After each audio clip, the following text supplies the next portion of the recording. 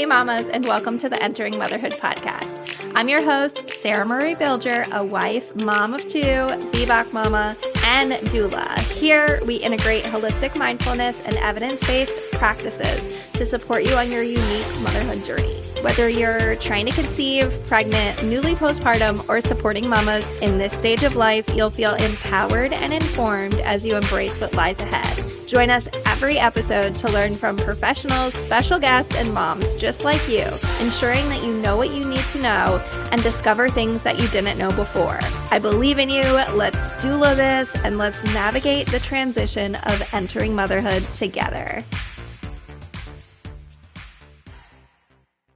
Hey mamas, and welcome to another episode of Entering Motherhood. I am really excited about sharing this episode with you. We talk with Celeste, who is a mom and an author and an advocate for sobriety, especially in motherhood. And we talk about her journey and what it looked like for her and the impact of this mommy wine culture that we tend to see in society currently, and really just that stigma of sobriety and the importance of having community and having an open conversation about this. We really emphasize the need for having inclusive environments and respecting people's individual choices in regards to alcohol, and advocating for changes in societal narratives around drinking and motherhood, and really just changing the conversation around alcohol. So I know that you're going to get so much out of this episode. And with that, let us get this episode started. Hello, and welcome to Entering Motherhood. I am so glad to have you here today and really get this conversation started. So how about you go ahead and introduce yourself for the listeners? Yeah, absolutely. Thank you, Sarah. My name is Celeste Yvonne. I am a little over 6 years sober, and I've always been a big drinker. I dabbled with it in high school. I went full into it in college. I thought I was a normal drinker because I was surrounding myself with other people who drank heavily, the same as I did. And we live in such a heavy drinking culture. It's very easy to surround yourself with people who drink heavily and it feels normal. But when I became a mom, my drinking felt different. You know, my socializing went down because I was home with a baby now. So my drinking felt more of a way to cope with the pressures and the challenges of motherhood, but also some of the loneliness too, which was a different type of drinking than I was used to. And it felt a little bit more need-based and less for fun. And that was scary. You know, I grew up in a home of addiction, so I always thought I would know when the fun stopped. In the first several years of parenting, the fun had stopped. Like, it was not fun anymore. It was needs-based. I wasn't drinking every day, and I wasn't drinking like first thing in the morning. I had little rules around my drinking, which also made me feel like I was in control, but I was still drinking problematically. And it reached a tipping point when I had a panic attack. You know, I didn't know that alcohol increases our anxiety. I didn't realize alcohol was a depressant. I know all this now. So having panic attacks towards the end of my drinking story makes sense in hindsight. But at the time, I genuinely was fearful for my health. I thought something horrible was happening. It kind of scared me into sobriety, where I just said, I have to stop drinking or something horrible is going to happen. And so I quit cold turkey. I did it the absolute worst way possible. I did not tell my doctor. I didn't tell virtually anybody. I thought I was completely alone in this, and that this was just the price I had to pay because I couldn't drink like everybody else. It wasn't until I was about a year sober that I was able to pivot that mindset from I'm a victim to this is the best thing I've ever done. And look at all the gifts that have come with this. I'm accountable for my actions. I am present for my children. I feel healthy again. My anxiety's gone down. So many incredible things started to reap from my sobriety that I couldn't keep acting like I was a victim in all this. And I really started to open up and to start sharing about it. And that's kind of where I am now. I just had a book came out on not only my sober story, but why are moms drinking more than ever? Why is mommy wine culture so prevalent? And what can we do instead? What can be more supportive to ourselves and each other than suggesting that we need wine to cope? Yeah, I think, like this is something that's very personal to me because like we were just discussing before we started this episode, this has been something that I have completely been not drinking for about 2 years. But even prior to that, when I was breastfeeding, I wasn't drinking. When I was pregnant, I wasn't drinking. And if I was, it was like very minimum in between all of that. My daughter is 5. And it's just like one of those things, like when I was entering motherhood, like this was the first time in a long time that I had to actively be aware of the fact that I was no longer drinking alcohol. Like you become pregnant and it's like, all right, like if you've been drinking, like let's not do that. And so you're like very much aware of it, but I found it more difficult when I wasn't pregnant and when I was saying, "Hey, I'm not going to be drinking anymore," for friends and family and people that didn't know me to automatically make this assumption of, oh, she must have had a drinking problem, or people that knew me would be kind of like, oh, are you pregnant again? For me to be like, no, I'm not pregnant. I'm just not drinking. It took them a couple months for it to really sink in and be like, oh, she's not pregnant. Like she really is just looking to not drink anymore. And so, in what you have been discussing and finding and everything, like why do you feel like it is so prevalent and such way of defining, mommy wine time and this like association with alcohol and motherhood? Yeah. And it's not on accident, right? I mean, none of this is on accident. But I mean, the obvious answer is alcohol is the cheapest, most readily available drug for adults in the US.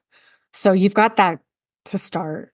But alcohol is also the only drug we need to explain not using. So many people kind of feel that same pressure that you did, that we need some sort of explanation for not drinking when the only explanation we should need is alcohol is ethanol. Like it's a carcinogen. Like it's not good for us in any amount. And yet, so many people feel this pressure to have to explain ourselves or justify this decision or choice, or even just a temporary, like, I don't feel like drinking right now. Like, why should we ever have to explain it? And so many people in the recovery space compare it to smoking cigarettes, where people understand societally that there's no amount of cigarette smoking that's safe. So when somebody says, I've quit smoking, nobody ever says, why? Are you pregnant? Nobody ever says that. They're like, good for you. That's cool. I'm happy for you. And yet, we're just not there yet in the alcohol narrative, where there's still so much pressure to drink and so much pressure with mommy wine culture that this is what we need to cope and survive motherhood. This is a narrative that has grown over decades, that started with Quaaludes. It started with drugs in, the 60s and 70s, and that has since evolved to mommy needs wine. And it's evolving now to include marijuana, to include mushrooms. Like, you're seeing this message just growing before our very eyes, where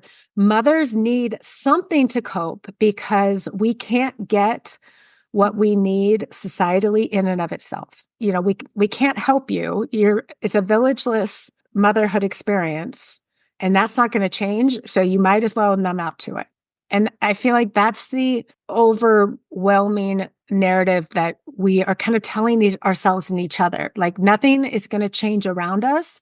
So we might as well just shut down internally a little bit so we don't get angry, essentially. And we can just hunker down and get through kind of these challenging, stressful years, because they're hard. And when you don't have help, they're even harder. So it's not a coincidence. It's not surprising, but it will continue until we can make some more significant changes to the way we support mothers, the way we support working moms, the efforts we make around the cost of childcare, and the parenting standards just on social media alone of this expectation of the perfect mom.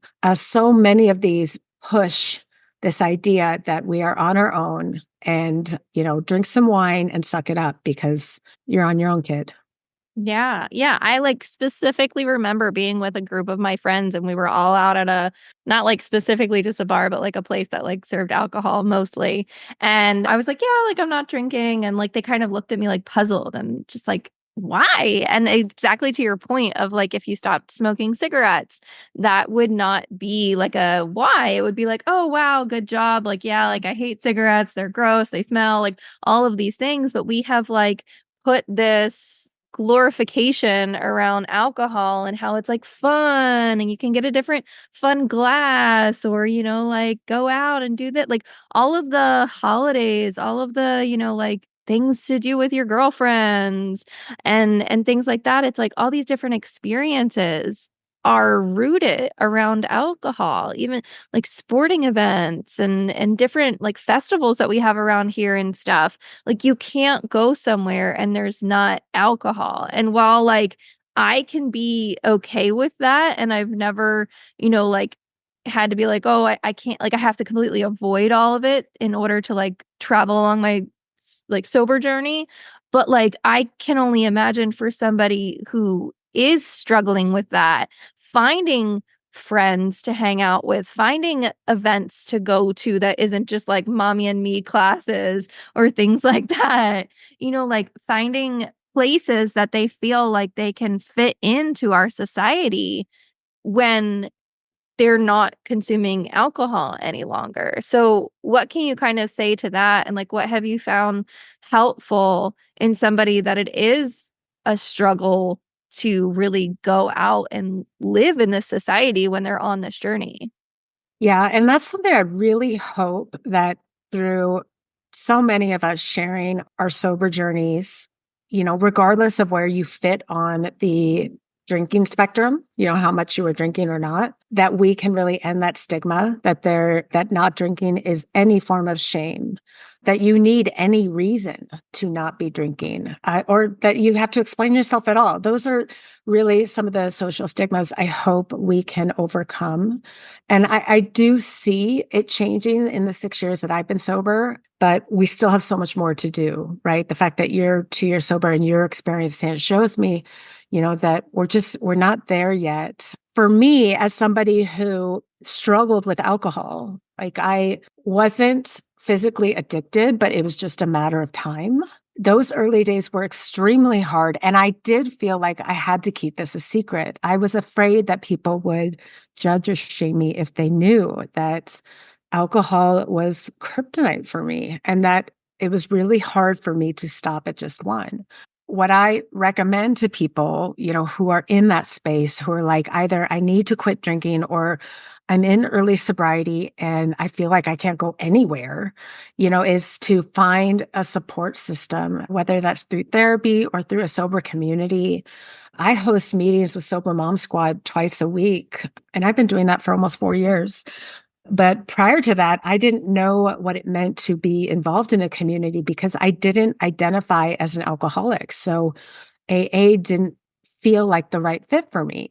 But now in 2024, there are dozens of communities for however you identify your relationship to alcohol.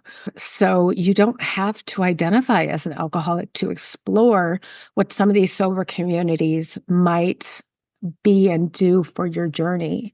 So I would recommend that, finding an accountability partner or just a person that you can share with and chat with and throw tips at each other, or have somebody who can make you feel welcome and included at events, whether it's your partner or a friend. In early sobriety, and even now, sometimes I will bring my own drinks, which sounds kind of random, but you just get used to it. That way, I always have a fun drink. There's some amazing non-alcoholic drinks available right now that were not available just a few years ago. So the options we have for mocktails and non-alcoholic options are huge. Restaurants are starting to include more mocktails on the menus. It's a really good time to be sober. Know that you've got drinks available. I can't tell you how many times I've gone to a party and I was reduced to tap water because I did not bring my own drink and they only had alcohol options. This way, you kind of carve your own path. You create your own journey. And I never feel like I am stuck with tap water or orange juice, whatever it is. So those are just a few simple things you can do, but there are so many ways to feel like you are not isolated in this journey or experience now, and newer ways that weren't even around a few years ago. So I hope that anybody that's curious or exploring what alcohol-free living looks like or could look like considers just doing a Google search or following a couple sober accounts and just seeing what ideas are out there, because there are countless. So you said you've been sober for 6 years. How old are your children? My kids are currently 7 and 9. They were about 1 and 3 when I quit drinking.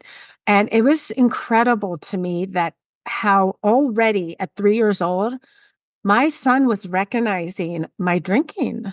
There's a story I talk about in my book where we're both sitting on the couch and I just finished a glass of wine and I got up. We were having a moment. Me and my son are having a moment on the couch, but I had to get up to refill my wine. And my son says, but why? He didn't understand. You were thirsty. You drank. Why are you still thirsty? Why would you need another drink? And, I said something about, oh, I just need more wine. And I remember, having a moment where it was like, is this what he's going to remember about me? Mm. Are these the moments that are going to stick with him when he's older? And is that what I want? Like, is this the story I want to shape for them? Because I got to a place where I did not have a relationship with alcohol I would ever want for my children. And yet I was okay with it. And that needed to change because I deserved better and I needed better. Yeah, I had a very similar experience of it was, just like holidays or my birthday and stuff like that. And I was like, well, I don't want our kids to grow up and every time it's my birthday, they get me a new wine glass or a bottle of wine or like around holidays, it's like something is like if they think that my hobby is drinking wine or just drinking alcohol, like that's not the type of mom that I want to be. That's not the, story that I want to emulate. That's not how I want them to remember me.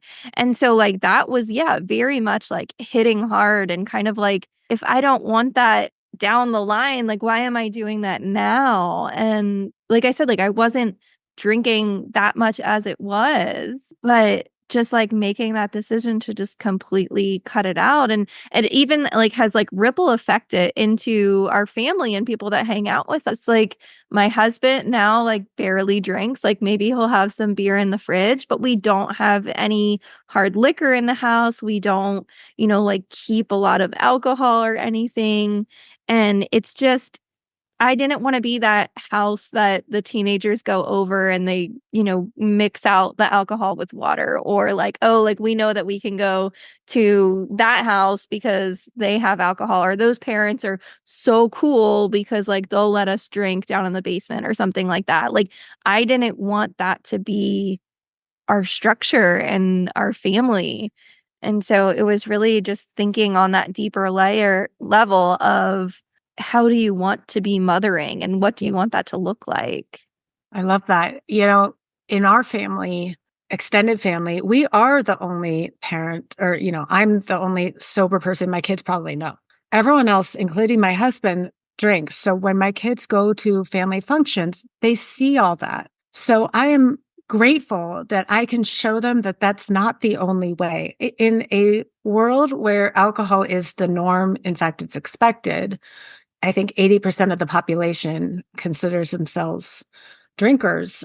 I want to show them that there is another 20%. And that's not to assume or pressure them to never drink, but to show them that there's a whole spectrum out there. We have addiction that runs in our family, and there's another way to do it without taking yourself to the brink and back, which is why it seems like a lot of people feel like the only reason they have or the only excuse to give to not drink. And that's not true. Like, you can choose to not drink.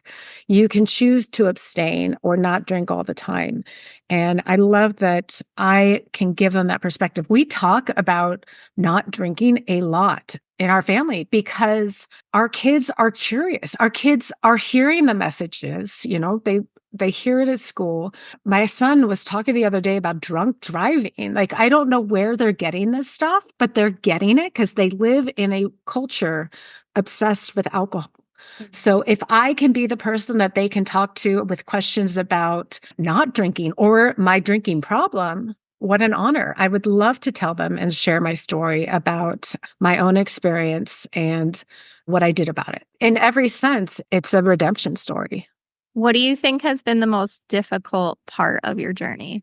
Early sobriety was the hardest part because like I said before, I do it so differently now. If I could do it again, and feeling like I was alone and putting myself in that position where I was alone, I would say that was absolutely the hardest thing. I think in long-term sobriety, the challenge of constantly living surrounded by it can have its own challenges too. Kind of what you were saying, though, there is a ripple effect. And I think about that in my own relationship with my husband, who is a drinker, but drinks significantly less now because he doesn't have a drinking buddy. I was his number one, drink pusher. And now that he doesn't have that, he's not as interested in it anymore. And I think he sees the benefits of that too. And at family gatherings, yeah, everyone else still drinks. I didn't change that, but now they always include non-alcoholic options. And they do that for me. But it just happened. It just evolved.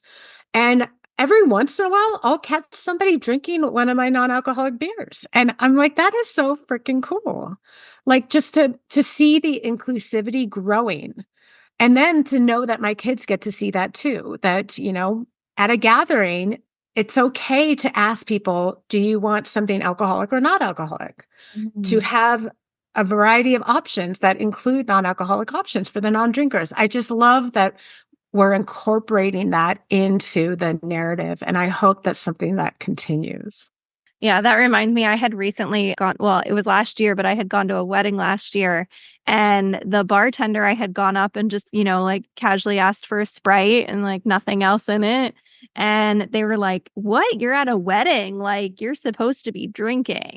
And I was just so shocked at that because, again, it's like, I'm coming from a place like I'm choosing to do this and everything. But like, if I was like really struggling and it was difficult for me to even be there, and then to get the courage to like go up and like ask for a drink at the bar and to get a comment like that, I think we just aren't aware of other people's situations and, what's going on with them, and to make like assumptions of why they're not drinking, or how could you not be drinking at a wedding, or, like I said, I've gotten comments like, how do you survive motherhood without drinking?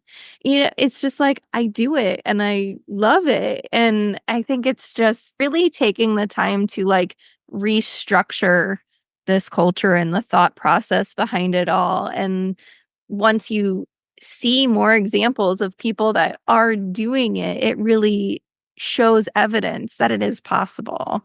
I hate those stories so much because for somebody who is struggling or might just be, one trigger away, it's really scary to not have that kind of social context to think, what if, the way I'm phrasing this could really hurt somebody? I hope we can change that for the sake of anyone who's struggling, anyone who just doesn't want to drink, or anyone who's pregnant. I mean, how many times when I was early in pregnancy did I feel this need to hide it by walking around with a glass of alcohol? I mean, that's just weird. I know so many people can relate to that because you're not ready to tell that story. It's nobody's business. And yet it's so common for us to remark on each other's alcohol intake or lack thereof. I've been speaking openly about my sobriety for over 5 years now.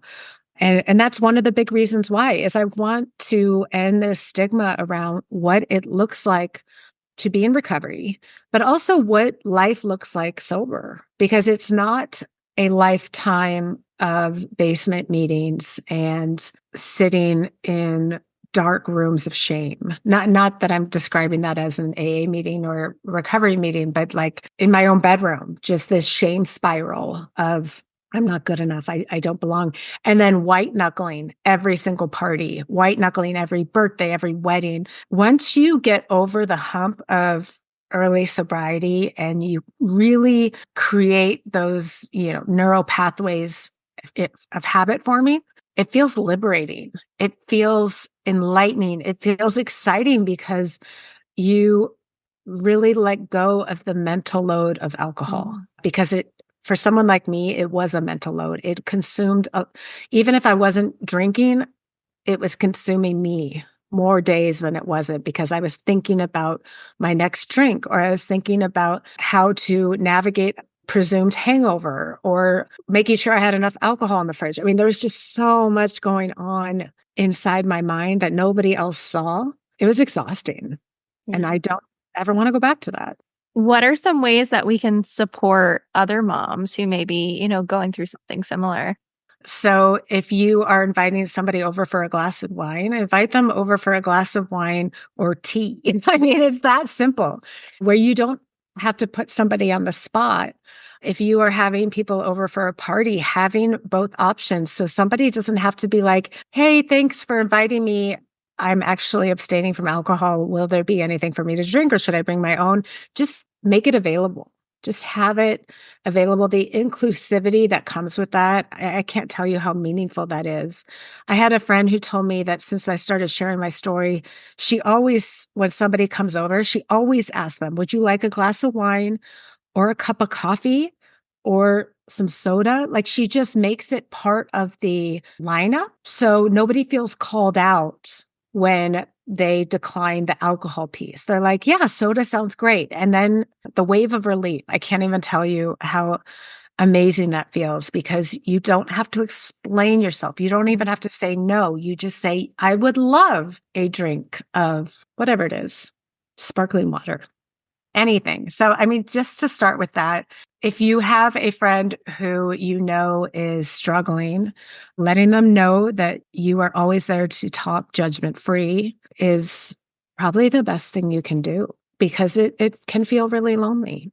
And then if you have somebody who's in recovery and they're seeking support, you can offer to help. You can ask them how they need help. Do they need you to help research?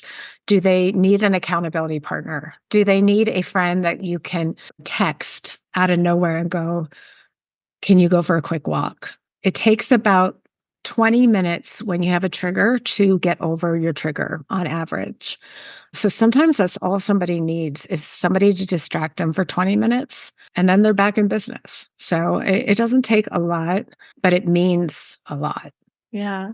What would be a final piece of advice or words of wisdom for somebody who is like a new mother entering motherhood, that very either pregnant or, about to give birth or very newly postpartum?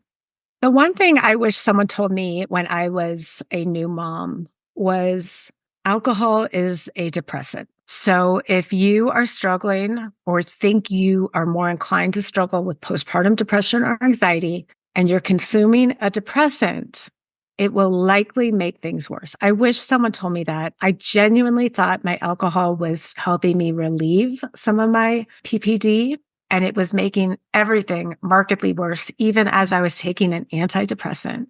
I guess that's the number one thing I would tell people is do your due diligence before you jump back on the drinking bandwagon, if that's what you want to do postpartum. We always talk about the impact of alcohol in breast milk. We never talk about the impact of alcohol on the new mom. And it is an impact, and it's a negative one. So you can still choose to drink, but do it mindfully. Consider the costs and do your due diligence. Recognize the pros and cons of alcohol use in early postpartum because you are in a more vulnerable, sleep-deprived state, and you need to take care of yourself more than ever. So just be aware of that. Yeah. Yeah, I think it's, alcohol among like many other things, like we realize like it can be harmful to our children or, like we realize like, okay, like they are not supposed to be consuming something like this for like very specific reasons. But then it's like, for whatever reason, we allow ourselves to like do that same thing. And like we allow ourselves to consume that same thing that we like very well know the dangers of and the harmfulness of. So yeah, I think it's just like bringing awareness to it and seeing like, why are you doing it? And do you want to continue to do it? Or do you want to, just maybe save it for just occasional activities. So it doesn't become a daily part of how you treat yourself, and finding a different way that feels still like a treat, but isn't negatively impacting your health every night. Yeah. So tell us like about your book. Tell us where we can find you, where you hang out on social media, how we can get in contact with you, all of that good information. Yeah, my book, It's Not About the Wine, The Loaded Truth Behind Mommy Wine Culture, really talks about why moms feel so pressured to drink and how to cope with healthier coping mechanisms. And I share my story, but I also interviewed other moms who quit drinking. I talk about the birth of the Sober Mom Squad and kind of the background and history of mommy wine culture and why it's so prevalent. My goal of the book is to show mothers that there are other ways to cope with motherhood that will make you feel a heck of a lot better than alcohol ever could. And I am on social media at the Ultimate Mom Challenge. That's my handle. And I try to kind of talk about motherhood, but I talk about sober living and I talk about ending the stigma around addiction and sobriety. Awesome. Well, thank you so much for coming on and sharing your journey and just your motherhood experience and, the words of wisdom, advice, and tips that you have for new moms. Thanks, Sarah. And I am so grateful that you are on this journey too. I think drinking and alcohol is such a spectrum, and there's no place you need to be at to abstain. And there's no reason that you need to abstain. Any reason's a good reason. So it's all important. Yeah. Yeah, I completely agree. Whether, whatever the decision is that you are choosing this journey, I think everyone has their place. Exactly. Thank you, mamas, so much for listening. Remember, you are a rock star. I believe in you. Let's doula this. Let's crank it up a notch and let's kick it into high gear together. Hit that subscribe button, share this episode with a friend, message me, email me, call me, beat me. You know how to reach me. We're doing this, mamas. I am so excited to catch you here next week. This is your one-stop go-to place for helping you find the resources you need to make the best choices for you and your family during pregnancy, birth, and most importantly, postpartum. See you later, mamas.